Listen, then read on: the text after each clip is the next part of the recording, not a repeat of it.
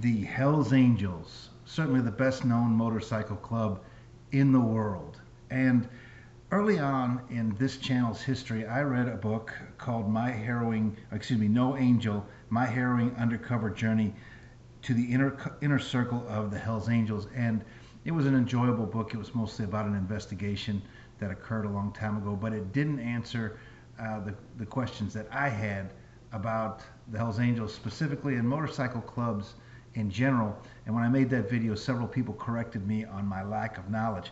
I want to state up front that I've had motorcycles for the better part of my life, both here and in Asia. I like the big cruisers.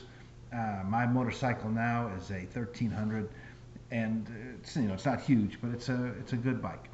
Anyway, the reason I bring that up is that one of the things I was most interested in those early books was what kind of bikes were required for the Hells Angels and why, and also about the requirements for everything along the way. So I'll just tell you this book that I just recently read, Hells Angels Into the Abyss by Yves Lavigne. It's a little bit older of a book, and it does answer a lot of those questions. Now, I don't think that it is the definitive source by any means, but this particular author has written a couple other books about the Hells Angels. I don't know if I'm going to put them on my TBR, but I'm hoping some other people have some suggestions for good books, specifically about the Hells Angels, but also about other motorcycle gangs. And I'll get into that in just a little bit.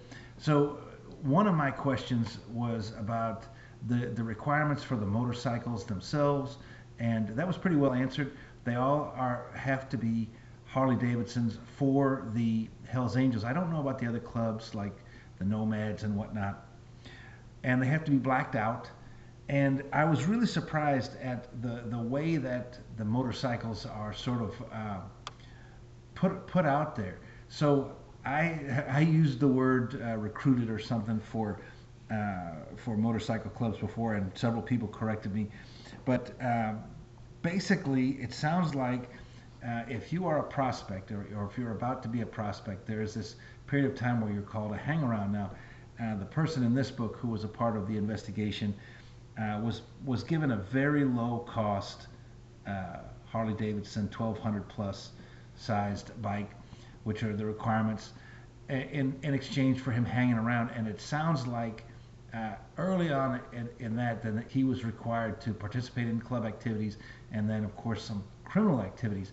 Now, one of the things that was interesting to me in the history of motorcycle gangs in general, there's people coming back from World War II apparently, and they wanted some personal freedom and they liked motorcycles. And then one character specifically, Sonny Barger, gets in, and he's just got all of the makings of a CEO, and also maybe not too worried about the law.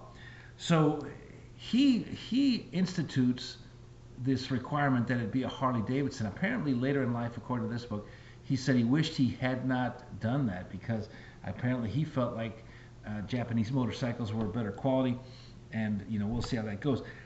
But then also he instituted this program by which you go from being a hang-around to a prospect to a member to a full patch member, and then in the upper echelons as things go by.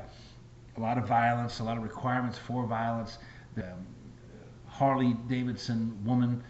the Hells Angels woman, it was really surprising to me what was required there and how that went about. It was really a little gross, actually. But also, okay, so the required tattoos, and I don't still fully understand exactly when you're required to get a tattoo. I spent 6 years in the Marine Corps and never got a tattoo, which is a true testament to my views on the matter. But there are required tattoos, and of course, if you are kicked out or for whatever reason want to leave the club, then those tattoos are blacked out. There's very rigid rules about how and when that has to happen. Then there's the cut, which is, as I understand it, just the leather vest that everybody has to have. There's times when you have to wear it. There's times when you can't wear it. And Hells Angels logo, which is trademarked. I mean, that's another thing. The Hells Angels have legal protections for the trademark in addition to the sort of brutal way that it's enforced. I myself, I don't think I've ever met an actual Hell's Angel, but I have heard stories, kind of like the stories with Don Shipley and the Navy SEALs, where real Hell's Angels will see somebody who's wearing the wrong patch, the wrong colors, or whatever, and they will just remove them from that person by whatever means is necessary. That was very interesting. This was a very light read, a very enjoyable read. I think people will get a lot out of it, especially if you want to find out about that. Again, thank you for everybody who likes and subscribes. Thank you for all of the booktubers out there that still come to this channel occasionally, even though we've generally been talking about other things. If anybody knows any good books about the Nomads, the Sons of Silence, any of the motorcycle clubs, especially those that have a criminal reputation, I would love to hear about it. Thank you very much and have a great day.